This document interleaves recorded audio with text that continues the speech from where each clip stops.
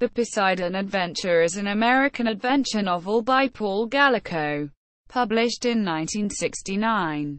It concerns the capsizing of a luxurious ocean liner, the SS Poseidon, due to an undersea earthquake that causes a 99 feet (30 meters) wave, and the desperate struggles of a handful of survivors to reach the bottom of the liner's hull before the ship sinks. Plot summary. Formerly the RMS Atlantis, the SS Poseidon is a luxury ocean liner from the golden age of travel, converted to a single-class, combination cargo cruise liner. The ship is on her first North Atlantic crossing under new ownership, celebrated with a month-long Christmas voyage from Lisbon to African and South American ports.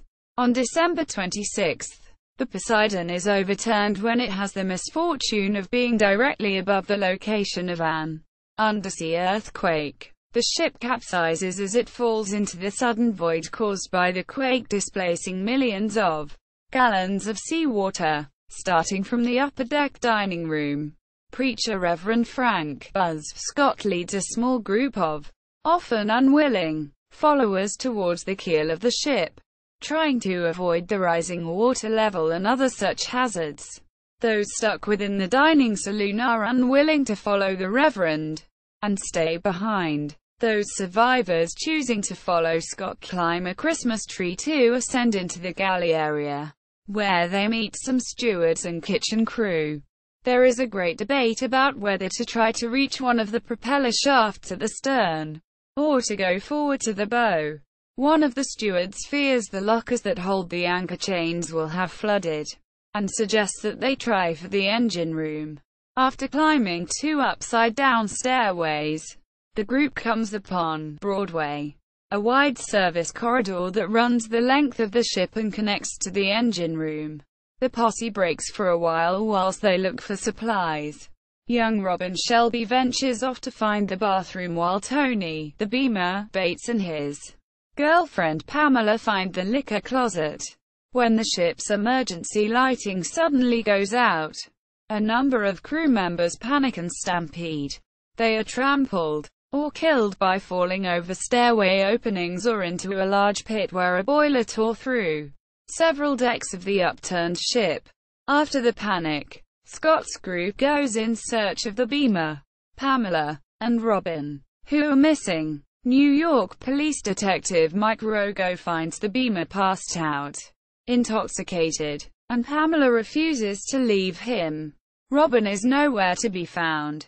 While searching for her young brother, Susan is raped by a young, terrified crew member. Susan talks with the boy, who is remorseful and ashamed, and grows to like him. But the boy, realizing the consequences of his actions, panics and runs off. Susan rejoins the group and tells them nothing of what has happened. After an intense search, they make the painful decision to move on without Robin. At this point his mother, Jane Shelby, breaks down and vents her long-held disgust and hatred for her husband. The Reverend, having found a Turkish oiler, guides the other survivors through Broadway to the stern. They find the corridor to the engine room, which is completely submerged. Belle Rosen, a former WSA champion, swims through the corridor and finds the passage to get them to the other side. Upon their arrival, they find the engine room, or hell, as Mr. Martin calls it. They take time to rest and save the batteries on the recently acquired flashlights. In the darkness, Linda Rogo makes a move on the Reverend. After the rest, they see the way out. 5 decks up, on top of a fractured steel wall they name of Mount Poseidon. During the difficult climb, Linda Rogo rebels and attempts to find her own way. She chooses an unstable route and falls to her death, impaled on a piece of sharp steel. An explosion rocks the ship, and Reverend Scott, in an insane rage, denounces God, offers himself as a sacrifice, and commits suicide. Mary Kinsale, an English spinster, screams in grief and claims that they were to be married. Her fellow survivors aren't quite sure what to make of this revelation. Mr. Martin takes charge of the group and they make their way into a propeller shaft where the steel hull is at its thinnest. The oxygen supply begins to give out. But after much waiting, they are finally found. Belle Rosen has a heart attack and dies before the rescue team can reach her. The rescue team cuts through and the group climb out of the upturned hull. Manny Rosen, however, refuses to leave without Belle's remains, which are lifted out after the others have left. Once outside, the survivors see another, much larger group of survivors being removed from the bow of the ship. Most are still in their dinner clothes. In contrast to Scott's group, who are stripped to their underwear and streaked with oil. En route to the rescue ships in lifeboats, they see the Beamer and Pamela, who have survived after all. Sailors from a small German ship try to put a salvage line on the Poseidon. Mike Rogo curses them because of his World War II experiences, and laughs when their efforts fail. The group goes their separate ways. Mary Kinsale and Nonny on a ship back to England. Mike Rogo, Manny Rosen, Hubie Muller back to New York. Martin back to Chicago. Dick, Jane and Susan Shelby back to Michigan. And the Turk back to Turkey. Aboard the American ship, they watch as the Poseidon sinks. Jane Shelby, finally giving up hope, silently grieves the loss of her son. The novel ends with Susan dreaming of going to Hull in England to visit the parents of the boy who had raped her. She hopes that she might be pregnant with his child so he would have a legacy. Characters: Frank Buzz Scott, Reverend, former Princeton All-Star athlete; Mike Rogo, NYPD detective; Linda Rogo, washed-up Broadway actress; destructive persona; Mike Rogo's wife; Emmanuel, Manny Rosen, Rhett, delicatessen owner, old acquaintance of Rogo; Belle Rosen, former W.S.A.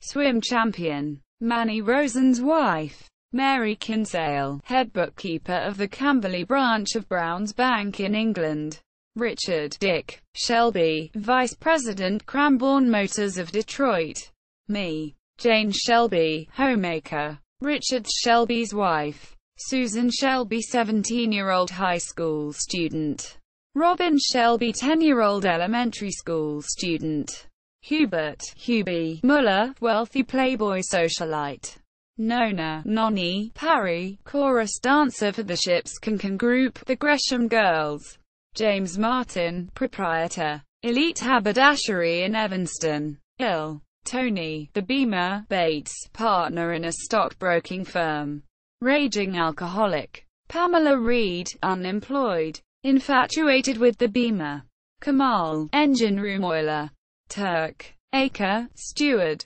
Dr. Caravello, ship's doctor; Marco Caravello's orderly; Herbert, young seaman from Hull; Mr. Karenis, third engineer; Mrs. Wilma Lewis, widow, having a meaningless love affair with James Martin; Marie, ship's hairdresser; Pappas, seaman; Peters, steward; Williams, steward; Commander Thorpe, skipper of the USS Monroe; Lieutenant Warden, Navy doctor; Harper Thorpe's Radio Man. Film adaptations: The Poseidon Adventure, 1972; Beyond the Poseidon Adventure, 1979; The Poseidon Adventure, 2005; Poseidon, 2006. Notes. Online review of The Poseidon Adventure by A. Bertram Chandler, writer and shipmaster.